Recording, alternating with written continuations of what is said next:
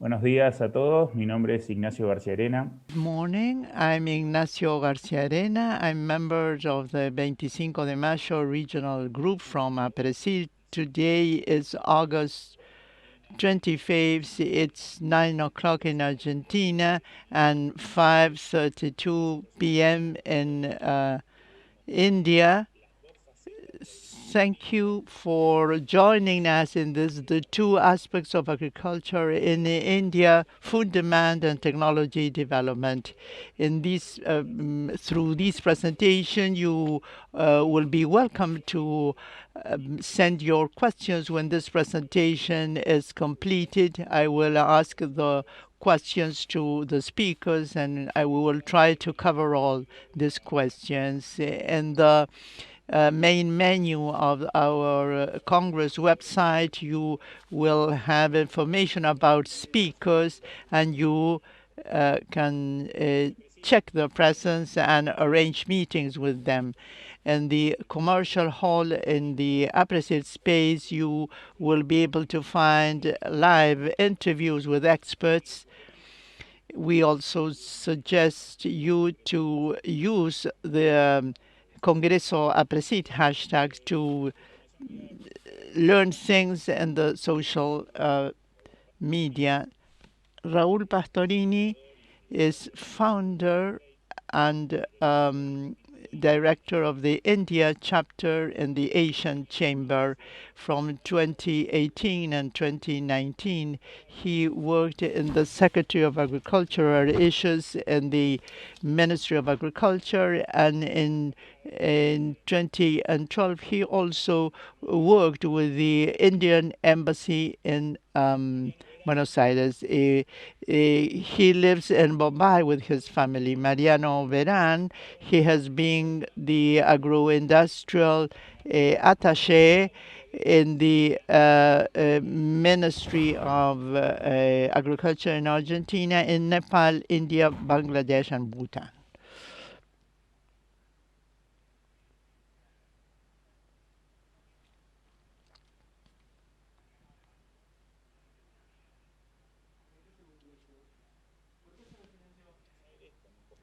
In it, he has a postgrad in agricultural businesses from the San Andres University. He's also an expert in agria, and he worked in Ukraine, India, and New Zealand. Sagar Kaushik has a degree in agricultural sciences and MBA from the Indian Institute. He has experience of over 35 years, and now he's the president of corporate and industrial affairs in UPL. Before joining UPL, he worked with Bayer Crop Science in leadership positions in different countries of Europe and Asia, including India. He has been part of the Global Research Committee and in research committees in different multinational companies when he worked in Germany, Singapore, and other countries. He participated in several events, WWF, and other foundations. So we give the floor to the speakers. I'm Raúl Pastorinis. Good morning. I'm the director of Constructora Mastin. We are an agribusiness company with headquarters in Santa Fe, Argentina, and Bombay, India, where I am right now. Before going into the presentation, I want to thank Aapresid, in particular Ignacio Garcia Arena, who gave me this opportunity. We are going to see what's trade in India with the world, Latin America and Argentina. We will see what is the potential, what are the barriers, and we will have an overview of the agriculture in this country, things that are produced here, things that are imported. So we're going to start with the full presentation. I will probably go over some slides quickly, but this presentation will be available, and I will be available myself for any question.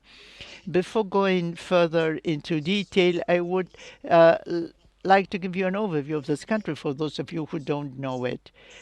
India is the seventh largest country in the world. The surface area is 3.3 million square kilometers, and Argentina comes right behind. It's the second largest, no, the sixth largest country.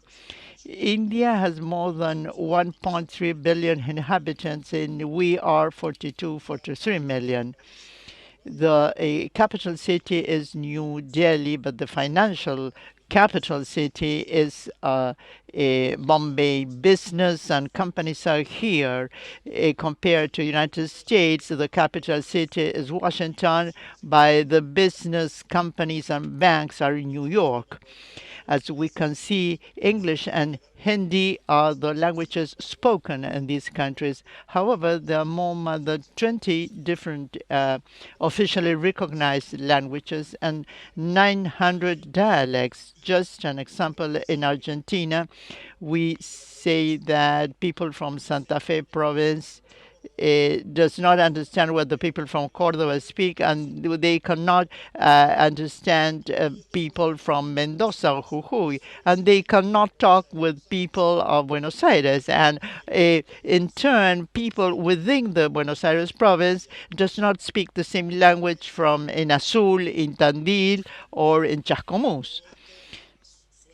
This sounds crazy, incredible, but that's the case in India. But luckily, English and Hindi brings people together and allow people to communicate. The currency is the rupiah. And it is $1 is 64 rupees. The industry represents 30% of GDP and agriculture 15%.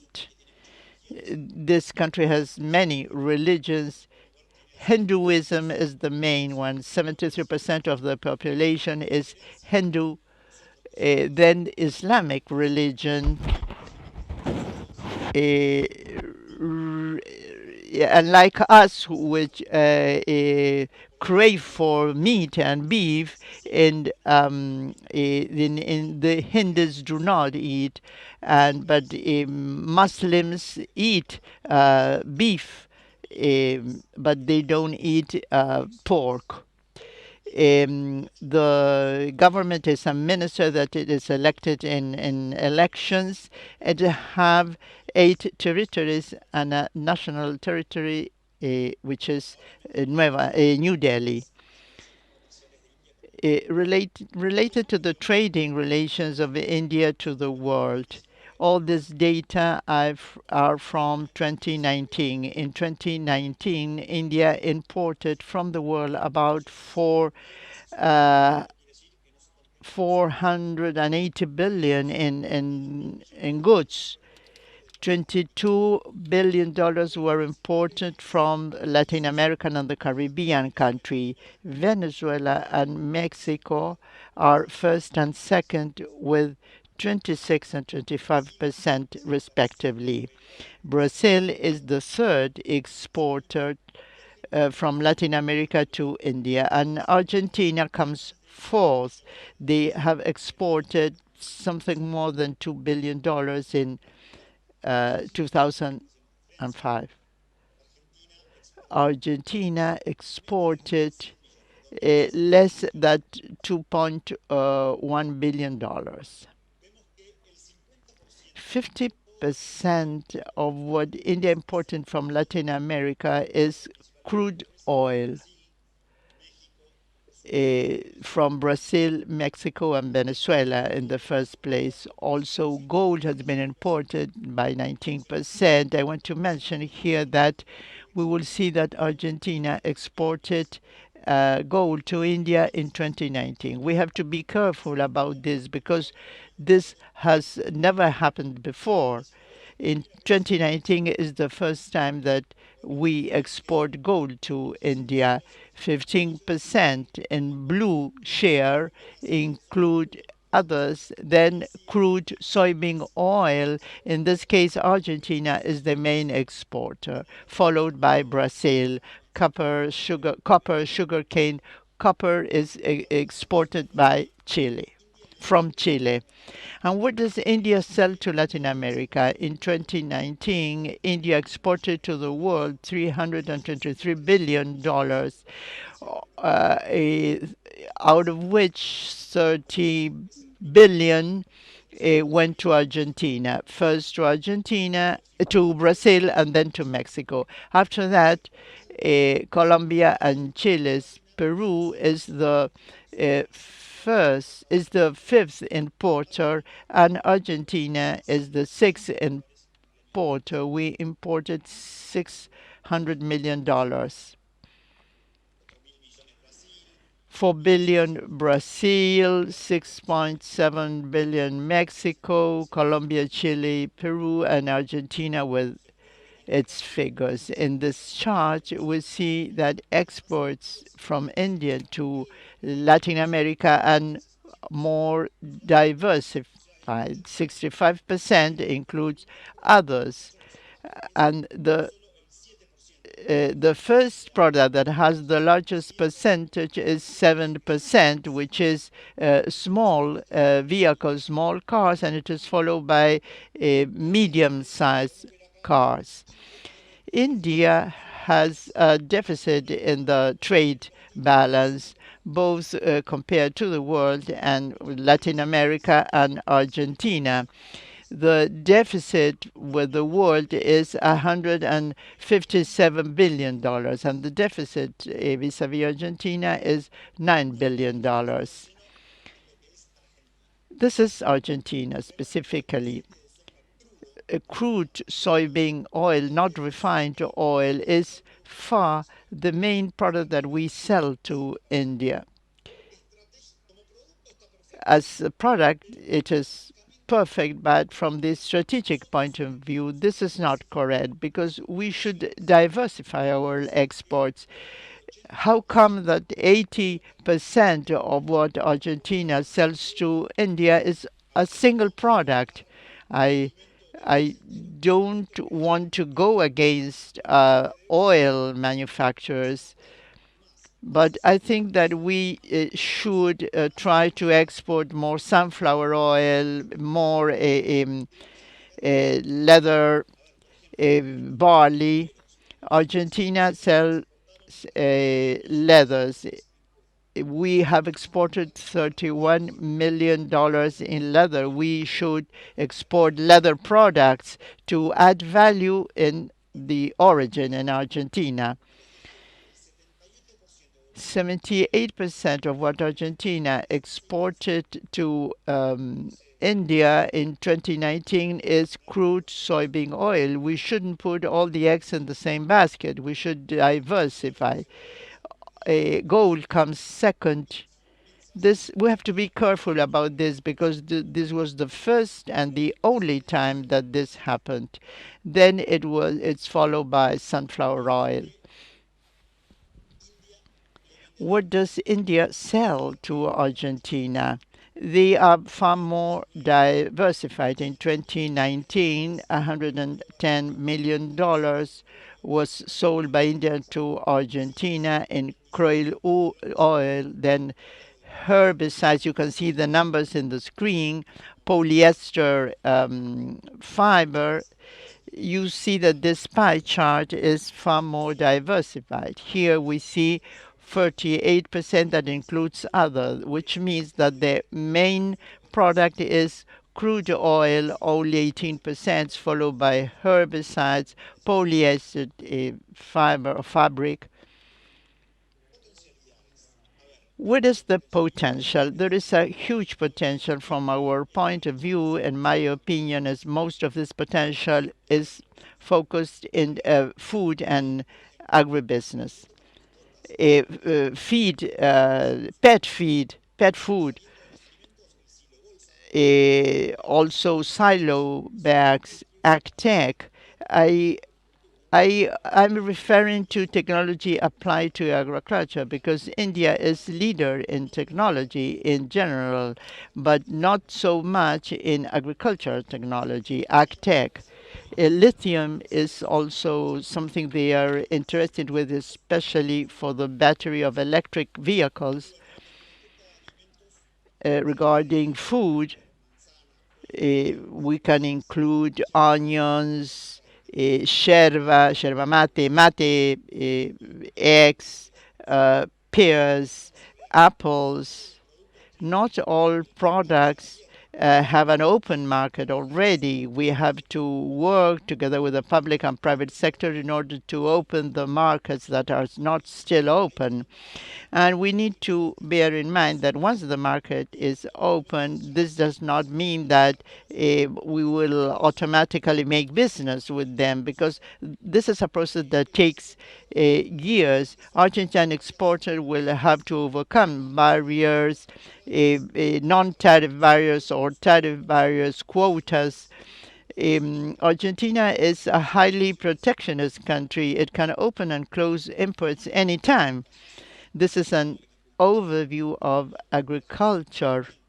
I'm running out of time. Agriculture is the main support. 58% of the population live on agriculture. India has about 340 million hectares, out of which 140 is planted. That is 42%. This is how they distribute production: wheat, rice, pulses, oilseeds. Agricultural seasons in Argentina are divided into Rabi and Coffee. Rabi, or winter crop, are crops planted in the Indian winter. Right now we are in the monsoon, in the wet season. These products, other products are planted in the, these products are planted in the dry season from October to November, and they are harvested in spring, April, May. The main products are planted in this Rabi season are barley, rapeseed, mustard, oats, wheat, sunflower, potato, onion. Some products are repeated because they are planted all through the years and with higher production yields in other seasons. And kharif, known as summer crops. These are planted in the wet season because they require a lot of water. They are planted in April and they are harvested in September and October. The main crops are rice, guar, soybean, millet, citrus, orange, beans, tomato. The guar, if you don't know it, India produces 85% of war worldwide. The other 15%, 10% is produced in uh, Pakistan. The war or cluster bean has lots of byproducts. The main one is a flour, a meal that is used for fracking because it is mixed with some chemicals and some fluids, and it jellifies, and so it is introduced in the cracks, and it seals the cracks to facilitate fracking. That is the extraction of oil or shale gas or whatever. The main pulses, I've chosen only three since 2016 from to 2021. That is import, export, production, and initial stock and consumption. This is yellow pea, pigeon pea, something that we don't know in Argentina. I wanted to make this comment. India consumes different pulses, and Argentina produces very few of them. So we should start producing a broadest variety of pulses. Both the private and public sector should work on opening the market to incorporate new seeds, new varieties, and start to produce them in Argentina. Imports of pulses from India, we don't have the final numbers for 2019, but we can see this comparison 2017 and 2018. The yellow pea, particularly in our sector, this year the government in India closed imports of yellow pea, not the green pea. Thank you very much. These are my contacts in our office in Rosario and in Bombay. Bueno, para ir terminando. Well, finally, I'd like to thank everyone again for having listened to my presentation. If you have any questions, I'll be happy to answer them. What we do here, Namaste, is we're a company selling our own production here in India. Yellow pea meal and yellow pea texturized protein. We're based where the headquarters are in the province of Santa Fe. We process products in our own plant and we sell to this country. We do bulk selling. What we do is selling to brands. Consumption of legume meals here is huge. Same thing with vegetable protein, mostly soybean protein, but yellow pea protein is also being consumed. As I've already said, we have our offices in Bombay, and we also have a storehouse in Pune, 150 kilometers away from here, where we stock our products. I hope I've been able to give you an overview. I know that after my presentation, Mariano Veran, the agricultural attaché, will address you and he will give you more technical and specific information about agricultural production in India. Thank you very much, and I'm available to answer any questions. I am Mariano Veran. I'm the Argentinian agricultural attaché in India.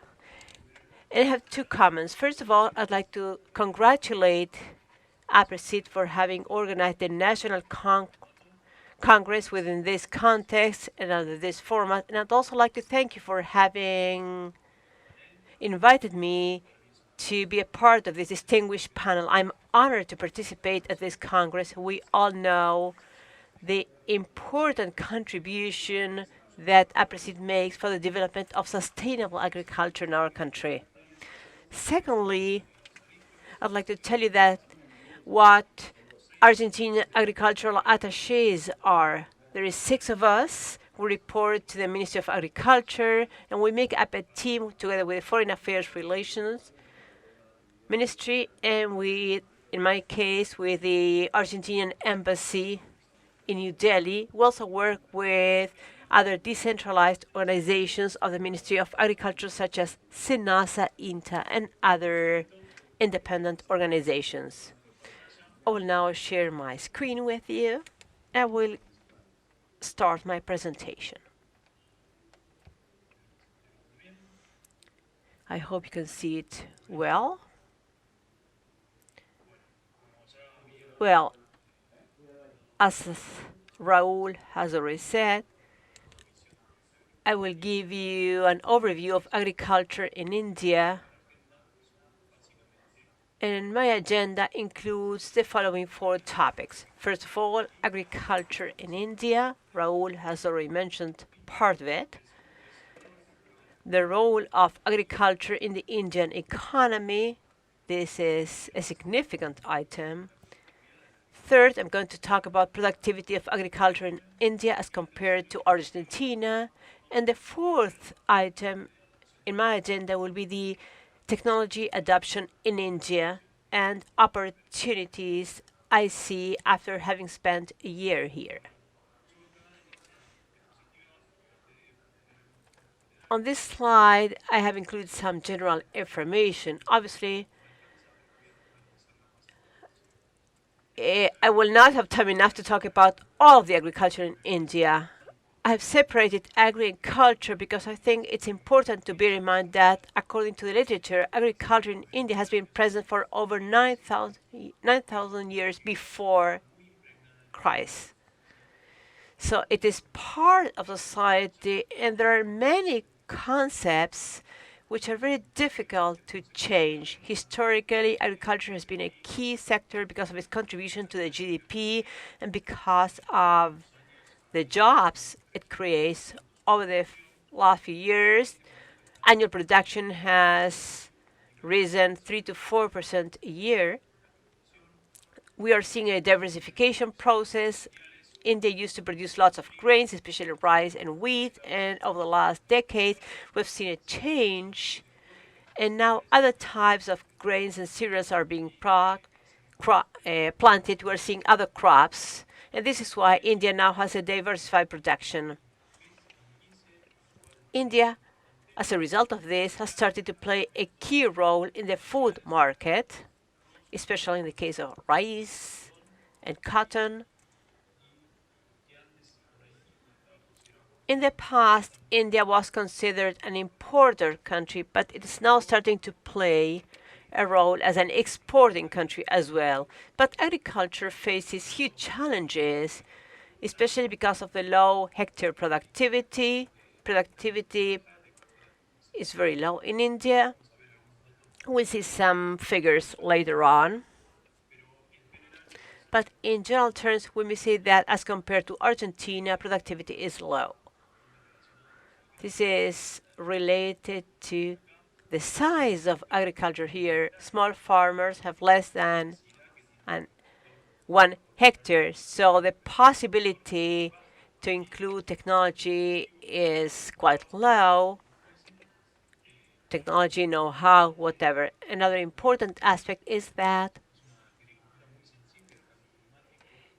agriculture here is quite sensitive to climate change, basically because of the low incorporation of technology or resources. So rainfall will affect the production quite a bit. After so many years of agriculture, the pressure of natural resources is huge too. And it has had a large impact, especially in terms of water availability, temperature changes. This affects agriculture all over the world. Another point to be taken into account is food insecurity. This is very important. In Argentina, we may not be used to this, but this is an issue in India, which is a poor country. Even though it's growing, the truth is that food insecurity is part of the agenda of any government. And it is very important to ensure food for 1.3 billion inhabitants. There is also a low level of food processing. India has not yet developed its food industry, basically because it mostly consumes direct consumption food, but in terms of processed food, it's quite behind other countries. Finally, agriculture also faces a complex government structure. What do I mean by this? India is a huge country, it's the largest democracy in the world, and the competencies of the different states and of the national government very frequently lead to governmental measures not having the effect that was considered initially. The role of agriculture in India. I took this image out of a paper published in 2018, even though data go up to 2016, but things have not changed significantly. The role of agriculture in India, the first graph you see there is a share of agriculture to the Indian GDP. This goes back to 1995, but it was larger in the past. And over the past few years, the share has gone down, while other sectors have become more important, such as services. Why am I showing this information to you? Especially because of the next graph. In 1965, agriculture accounted for 60% of the labor force, and today it's not far from 50%. Agriculture in India employs almost 50% of the working population. So, for any government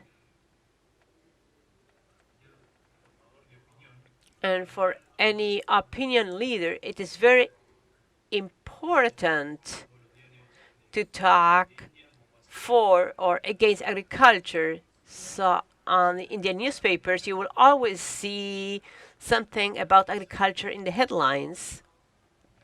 Agriculture news are always analyzed by everyone. One of my jobs as an agricultural attaché is to analyze the markets. And you see some sensitivity in terms of receiving products from other countries. And this is related to how sensitive agriculture in this country is. As to productivity, I'd like to show this graph to you.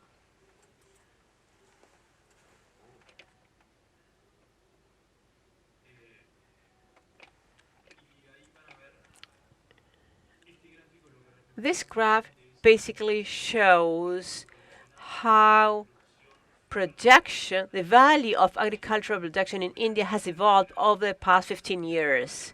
On the first bar, you see the second bar. Rather, you see the distribution of production in 2000, 2001, and in the upper bar, you will see the distribution of agricultural production in 2015, 2016, which is not very different from the situation today. That change is due to change in consumption patterns.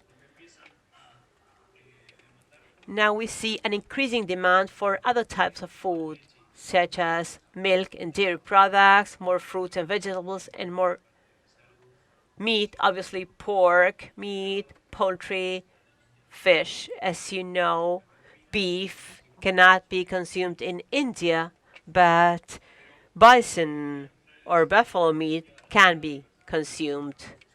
We're seeing an increased diversification in production in India.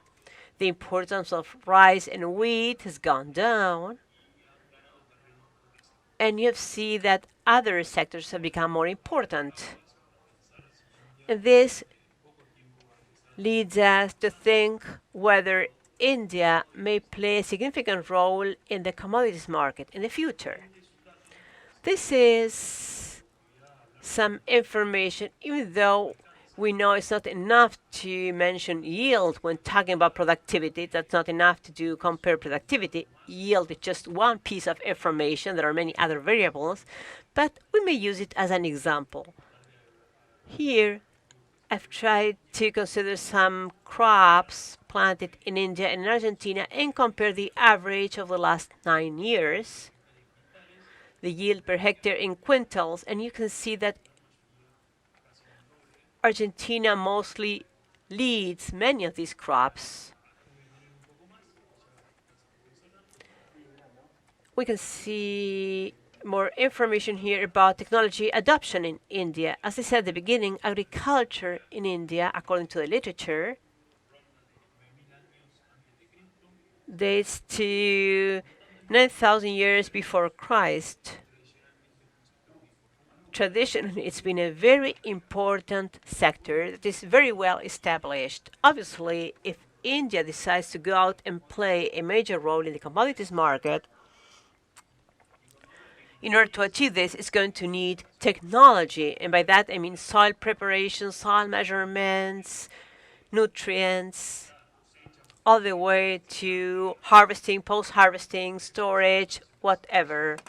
Seed preparation, inoculants, these are all technologies that are rarely used in India. And this becomes an opportunity for those companies and those sectors that have developed these technologies all over the world. In Argentina, we know that many companies have developed technology to increase productivity per hectare, even using less soil resources such as water or fertilizers that are available in the soil. It is difficult to talk about technology without mentioning that there are two types of technology: process technology and product technology. What do I mean by this? This goes back to what I've already said. We may import process technologies such as no-till, but we need to understand that culturally in India for a long time agriculture has been practiced in a specific way. So process technology transfer should be supported by the local government and by organizations or companies who decide to support this process. This is not a country where you can send a finished process or product. This is something new to this market. Obviously, there is also an opportunity for product technology, but same thing. Very frequently, these technologies are not known, and so post-sale processes are very important when it comes to positioning a product in India. Finally, global Argentinian farmer. I think Argentinian farmers have to be acknowledged all over the world as soccer players. If an Argentinian goes to another foreign country and you see your Argentinian people will immediately relate you to soccer. I think we have to focus, and the Ministry of Agriculture is trying to do this, we have to focus Argentina agriculture as a type of agriculture to be followed, to be developed in other countries, and we have to think globally. This is why I wanted to close my presentation with these words. And again, I'd like to thank you for having invited me to participate in this Congress. Thanks to my friends in farming in Argentina. I am Sagar Kaushik.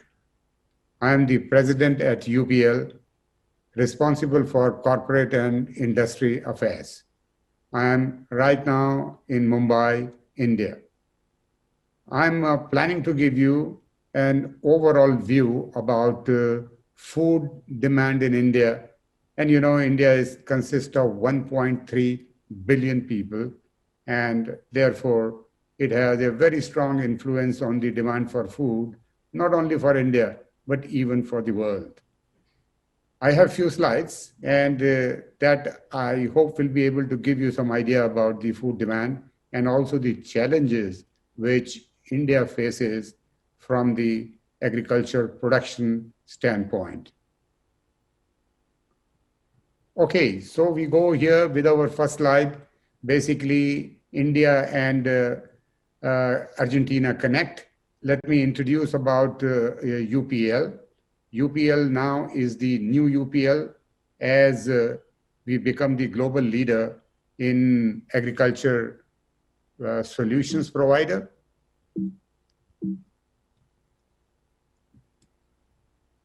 Now, look at this slide, which is basically in the crop protection sector. Amongst the top 10 companies, UPL is already number 5 globally in the world with 11,000 employees, and we are present in more than 100 countries and almost participating with the farmers growing 100 crops, which actually it needs a lot of manufacturing competence and also to build a very strong innovative pipeline of the products. It's not hidden that agriculture is changing, and therefore the macro picture about agriculture, like more people and less arable land, and the impact of farming on climate change, and also climate change impact on farming. Consumers are asking for more safer food, and we move into the agriculture era of 4.0. Now, what is UPL and how is UPL placed in your country, Argentina? So we have 388 employees who are basically like any classical organization in Argentina, with our own production, with our own sales and marketing, our distribution, and of course, engagements with the multiple customers growing different crops here. So we are the organization which is first to build the sorghum portfolio for seed business. We are second for sunflower point of view, and we have multiple sites with regard to the breeding programs of the crops. We do have a manufacturing facility for crop protection, one manufacturing which is in Abbott, and our total business is $127 million. That's the number of 2018. Now, food demand, 1.3 billion people, and of course now the growth rate is coming down, but 1.3 itself is large population to be fed, and luckily our income per capita is increasing, urbanization is increasing, and both the factors are changing diet more towards protein, fruits, and vegetables from the nutrition standpoint. India is self-sufficient on carbohydrates, not only self-sufficient, but we are in a good capacity to even export wheat, rice, sugar, and some volumes of potatoes. Protein is the one which we import, and the import bill could go up to $12 billion. But these are largely soy oil, palm oil, canola or canola oil, and also pulses, which India produces, but India also need to import selectively the variety of pulses. Of course, Argentina is also able to sell pulses to India. We also import some volumes of apples and other exotic fruits, which the population, the urban population is very fond of, and we import from multiple countries. And actually, there are certain agricultural commodities like milk, pulses. We are number one in the world in terms of production. We are number two in terms of fruits and vegetable production. And the cereals like wheat and rice, we are number three. We have very large production of sugarcane as well. The food processing in India, currently, the processing it at a very low level, which actually an attractive sector for the investment. And this is something to be looked from the investment point of view, from the investors of Argentina, because food processing will create more value for the farmers in India. Now, here is a picture that shows that what is the growth rate of different type of diets in terms of their demand. And as I mentioned to you, the per capita GDP increase will be 3.5 times between 2000 to 2015. That's the increase which has happened. The population in urban area is expected to be 38% by 2025. And 200 million or more people will be actually middle income group. So with this, I think our macro factors are towards higher consumption of diet, which will constitute more fruits and vegetables. The annual growth rate will be 4.7%. And second important will be pulses. We also call them legumes. And that growth rate will be between 5 to 6%. And next to that is the oil seed, which is 4 to 6%. So this is a pretty large growth rate annually, when you compare it with the carbohydrates and some other diet components. Well, we will need additional 400 million tons of food by 2025. So just be aware that India produces a lot. We are the second largest producer of food in terms of value in the world. We have crossed already $400 billion worth of food in India. And but still the demand will be much more than what we produce. Of course, there are certain challenges which we have that in the developing countries, including India, there is food waste which takes place across the value chain from production to till pre-consumption of the food. And that needs also certain intervention of the value chain, and also some technologies would be quite helpful for India. Our yields and the productivity of farm needs to still grow up, whether it is rice crop or whether it is oilseed. I think certain technologies will be quite helpful. On the other hand, Indians are very savvy, very, very important for them to use digital technology, which will actually help a lot in building the use of the digital technologies, even for these smallholding farmers. Look, you see this group of lines, which are actually the multiple food sectors for investment in India, and food processing is in the middle of it. So the food processing industry will alone be $320 billion. Very attractive market. Government is supporting a lot the foreign investors. And I think even the 100% foreign direct investment is allowed. So therefore, this opportunity should also be looked. Don't forget to go on some of the Indian websites to understand more about the market research work, which is already done by India, and put it on the website of India would be quite helpful for you to have a big picture about it. Now, in the food technology area, from the food products, packaging, processing, supply chain, logistics, food safety areas, there are multiple areas where the technology's intervention is required. So one can imagine that not one company can fulfill all needs. So you need multiple players with their expertise in the different field. They are able to come across and work in the value chain with their individual capacity or individual technology which they have. Now, India has an advantage with regard to investment for the food processing. Leading food producer for food, they can count on the raw material for processing, because India produces variety of raw materials from variety of basic crops.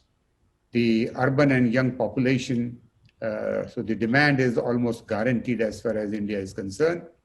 The competitive advantage of for the land, diverse agroclimatic conditions, you can grow all kind of crops, not once in a year, but at least 3 times in a year. So variety of crops can be grown.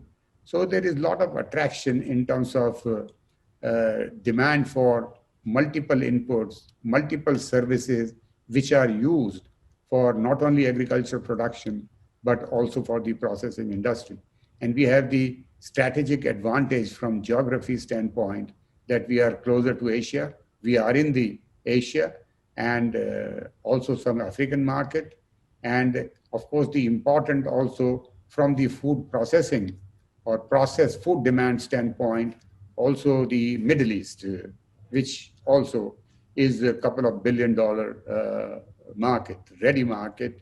So therefore, there is an advantage of production and proximity to the market where the business could be done. Now, these are the variety of the products that can be processed, from juice and it could go to pulp and the processed foods, all those different segments of the food products can be processed in India. There is also downstream production from pulses and other food items where the packaging and the branding part of the food can be done. Fortification of the food with the vitamins can be done. We can also create the ready-to-eat meals and snacks which are more healthy, which may have a good composition of the products like pulses. And that gives actually healthy snacks. And this diversification of the product is also relevant. These are some of the primary processing and secondary processing of the basic food, like the wheat flour, and which can be mixed soya flour, or the pulses flour, which in India is used for multiple type of cooking and also used in the restaurants. So in terms of the agriculture, we have also some challenges in the agriculture sector, from where the raw material comes, and so therefore increasing water stress. This is a global phenomena, and India is no exception. So we have to see what are the water conservation technologies. The stagnation of the cultivated area is coming because of the urbanization, and India has almost 144 million hectare of land. So we have already come closer to the limits. And there are also new challenges with regard to shortage of labor, and even the cost for labor is growing. So which means these are the challenges, but they also offer the opportunities for mechanization and finding the alternatives for increasing the productivity in agriculture. Now, it's important that I just put this slide for that what kind of technology could be of interest to India in the agriculture sector. So we would be, or India would be quite happy to have crop agronomy models for multiple crops like cotton, corn, wheat, chilies, groundnut. I know Argentina produces also good amount of groundnut, and miniaturization of mechanization. So, which is the miniature harvesters and pluckers. Cost-effective robotic solutions for farm activities like weed control, etc. Remote sensing to detect pest, crop stresses, water-related stress or nutrient-related stress, biotic, abiotic, and especially for small farmers. And last one is the soil quality measurement, so that we are able to customize the solution for the soil. I think these are some technologies which I am just addressing to some of the companies or even the startups. They may look at India if your technologies will have some possibility to work on that. So with that, I finish my presentation, and thank you very much for listening to the presentation. Hola, buenos días, buenos días, buenos días, buenos días, buenos días, buenos días, buenos días, buenos días, buenos días, buenos días. Bien. Muchas gracias por las presentaciones. Thank you for your presentations. They have been very clear of them. We have some questions, though. We have received this from the audience. We have a few more minutes, not much time for the Q&A session. This is for Raul. First question. What tool do Argentine businesses use to export products to India? Good morning. It's a very good question. The Argentine businesses need to know that they already have tools coming from the private and the public sector, both for commodities and food products. There are international trade shows that Argentine businessmen can attend to learn about the products or to learn the different options, the same as Cial and Good Food. There is one here in India called Annapurna. There are also international trade shows for pulses, oil, edible oil. We have large public and private organizations here that host one or two trade shows per year. These organizations offer subsidies.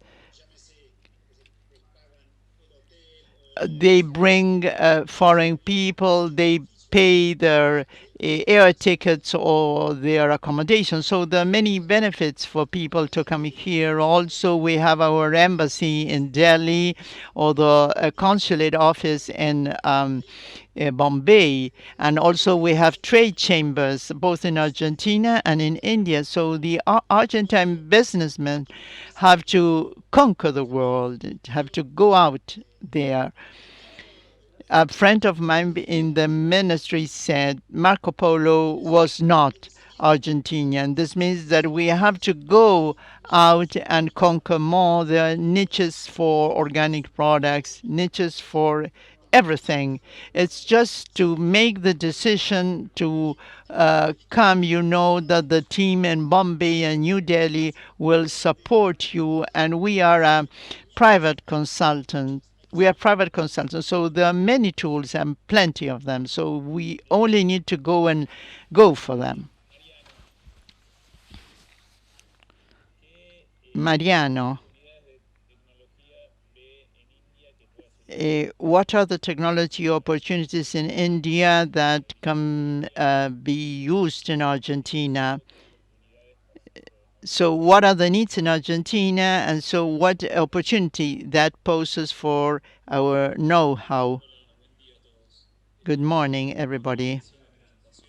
What I said in my presentations, there are technologies that have been developed in Argentina that can be replicated. Some can be adapted to the needs of the Indian agricultures. Regarding machinery, the type of machinery used in India will be different than the platform of a harvester in Argentina, or a sprayer, or the width of a planter. So we need to have many things into account. Always concepts can be sort of copied. I also wanted to point out that we as Argentina, as a country, can learn from India's agriculture. They have developed some crops that we are not very acquainted with in Argentina. They have developed pulses. In Argentina, we don't have the adapted varieties. We don't know what the requirements of that crop is. We know that India is a large developer and exporter of bio inputs, herbicides, and other products. And there are other sectors which can learn the know-how from India. Also, our diets could take some things from diets in India. Agar, this is a question for you. Which are the main products or technology in the farming sectors where we can go further in exchanging? I'm talking about exchanging not only know-how or products between Argentina and India, but have you detected any Indian technology that could be used or incorporated in Argentina?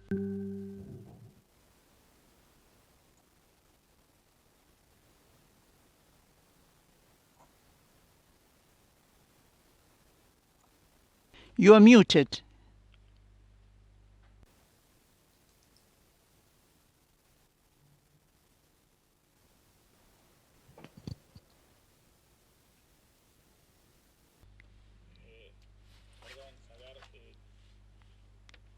Sagar, you are muted. Pero can you start again because you were muted? Good morning, everybody. I'm very happy to be with all of you. Now, in terms of the question, I think there are, I have been to Argentina. I have seen Argentina agriculture for many, many times. And I know that there are certain crops like groundnut, soybeans. I think these crops, which are important for the protein or the oil, I think in those crops in India, the productivity can be increased using the whole process, whole program for cultivation. I mean, you can call it also precision agriculture. I think those areas could help the Indian small farmers to increase the productivity. Now, the second aspect is that I think besides the soya oil, I think you could also diversify into the groundnut oil and the other oils where Argentina, they could do some specialization because these markets are still not developed in India. The other area could be that how, from the logistic point of view, you capture the Indian market more and more. For example, creating the warehousing system of soya oil in India and partnering with some Indian companies. And then you can use the, the, the, the refining of the oil, you do it in India, an Argentinian company can store in the big warehouses. And when there is a demand, you are doing the sales on the local basis. And not only for India, you could also use this to export to the nearby countries, for example, Middle East, etc. I think the India can be a strategic platform where you can help Indian farmers with your processes, and you can also use India as a growing market to export some of the products which are protein based and use to store the oil which comes from Argentina for India and also giving it to Africa. The last opportunity which is there, because the food diversification in India has not taken place. You will be surprised that the fresh food, like horticulture fresh food, like mangoes, like citrus, like apple, is much more cheaper than the processed food. It is just opposite to the rest of the world. You go to Europe, processed food is so cheap, and the fresh fruits and all are very expensive. India, it is the other way around because the availability of the processed food is still not enough. The market is more, and you need to diversify the diet with the processed food. So therefore, you create more opportunity for production of food in India by processing it and establish the business. So I think for India, it is very important that the Argentinian companies should become more insider in India to do the business and not just the trading. Trading is important, but Indian market, you have to go for long term, and therefore you need to be insider, whether you invest less or more, but to do it to become part of India. That's my recommendation. Thank you. Muy bien, muchas gracias, Sagar. Una cortita para Raúl. Al final dijiste que... A brief question for Raúl. You said that the import of yellow pea was closed. What's the reason for that? Do you think it will open again? What do you use yellow pea for? And I think you also wanted to make a comment about soybean, Raúl. Right. Thank you, Ignacio. As to peas and all pulses or all commodities, as I said in my presentation, India is a very protectionist market. It opens and closes imports depending on the wet season, whether it was good or dry. Mariano said something that is quite right. The rural population here has a major influence in times of elections. So in order to capture the votes of farmers, imports are opened or closed so as to imports of other products to leave them happy, so to speak. As to yellow pea, up to 2019, yellow pea for Argentina and for the world, well, imports were open. This year it was closed, unlike the green pea. But there are other barriers I mentioned in my presentation. There are several of them here. For example, for pulses. Pulses can only enter the country through the Calcutta port, and there is a minimum import price, which, if I'm not wrong, is still 200 rupees per kilo. That's too high. So importers start off at a disadvantage. What is used for?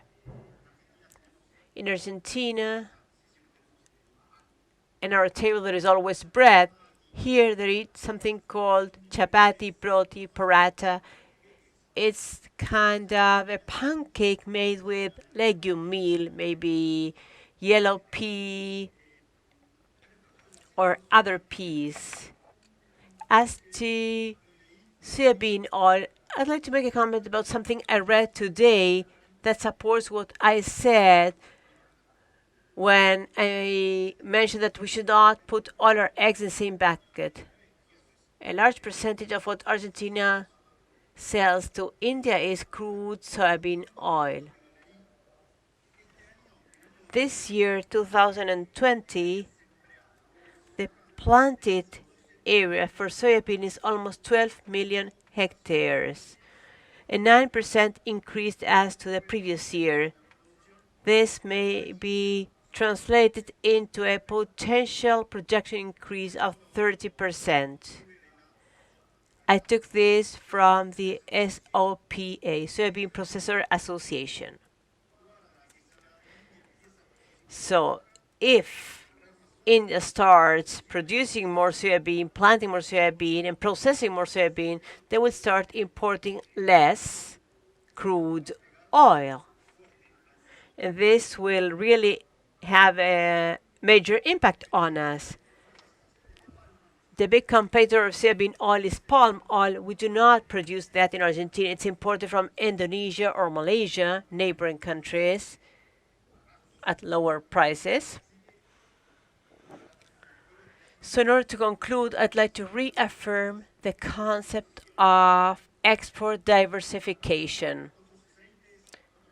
Other oils, other pulses, other grains, we have to diversify because we're seeing that India is planting more, is increasing its soybean surface area. That's it. Thank you very much. Thank you, Raul. And the last question for Mariano. Mariano, what's the profile of the India farmer? Are they organized in any way? And what is your perspective for the next few years in terms of the agricultural link between our country and India? Well, these are complex questions, but I'll do my best. The profile of Indian farmers, well, India is very big.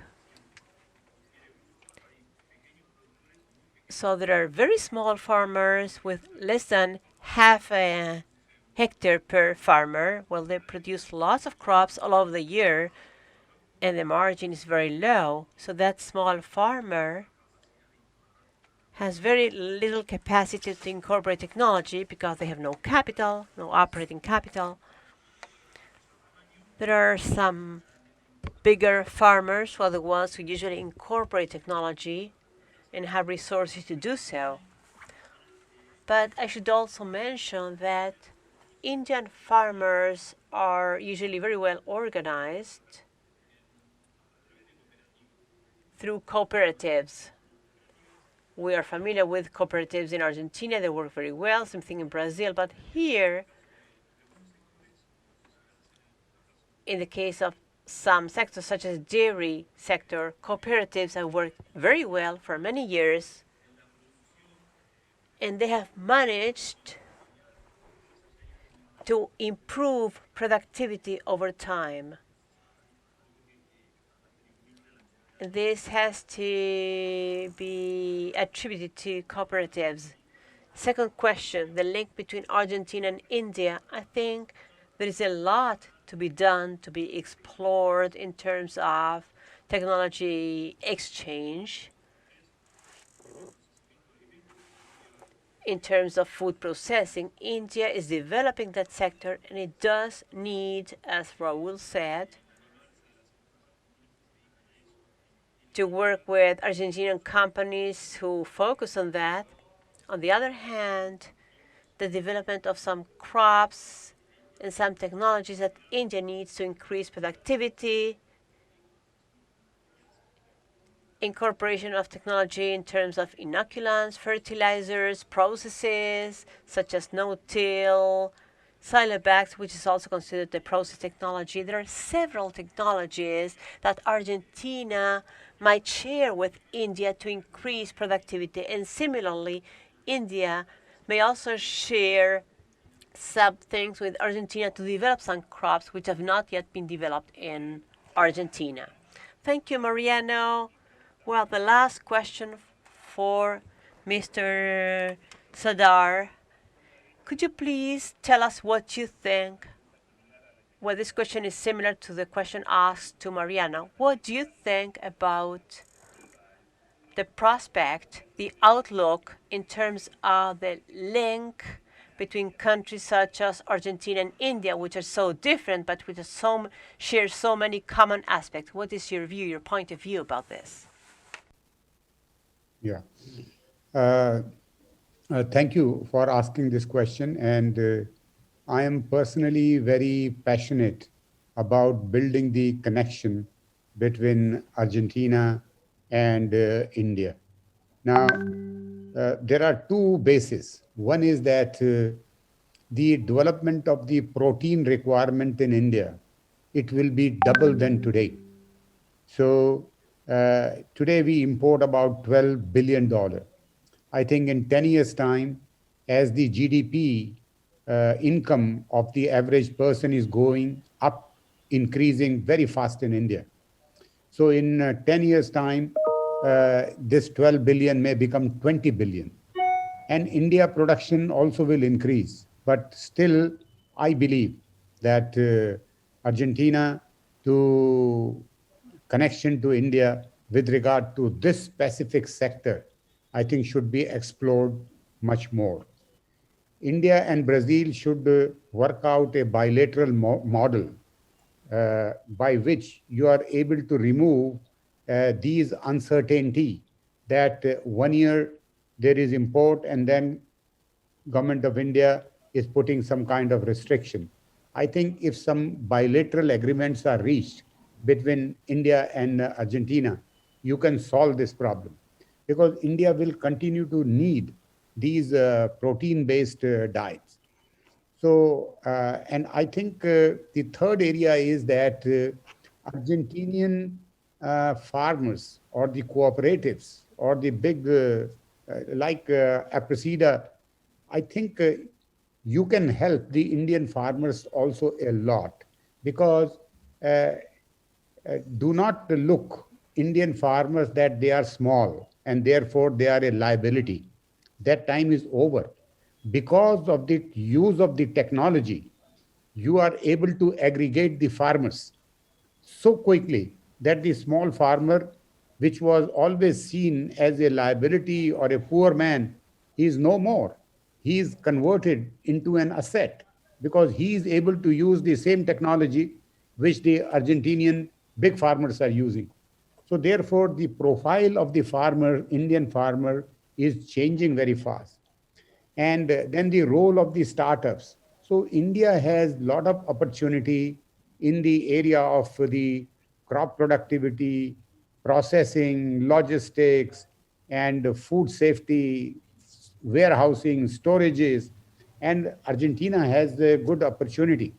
So I think, and I must also say that Argentina, my experience is doing the right things. So to work with India, the relationships of the embassy or the relationship of the Consul General office in Mumbai, they keep excellent relationship with the ministries and with the industry members. I think you are doing the right things. You are also sending your experts very often to India with periodic meeting in India, etc. So I'm very, very positive, and I personally have very good relationship with the Indian team of Argentina there. So therefore, I think we are in the right direction. And India is a country that needs patience. So I think that is okay. And in agriculture, we see good opportunity for creating this connection. So Argentina exports 10 times more soy oil than Brazil. So therefore, it is the relationship with Argentina is able to build with India. This is just an example.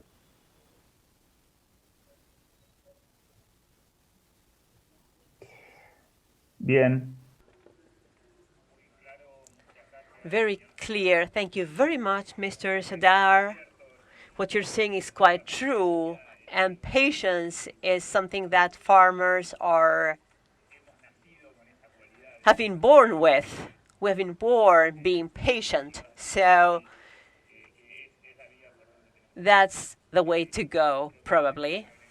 And having an agricultural attaché in India is the right thing to do, and we have to keep participating and sending business people such as Raul to India. That helps a lot too. I think we're all aligned. We're going the right way. I'd like to thank you all very much. Good afternoon to you in Mumbai, New Delhi. Good morning here in Buenos Aires. I'd also like to thank our audience because we've taken a few more minutes, but I think it was worthwhile doing so to close this panel with such interesting panelists. Thank you again. Namaste. And thank you very much for participating in this nice meeting. Thank you. Happy to participate. Bye-bye. Thank you. Bye-bye. Muchas gracias. Éxito. Thank you.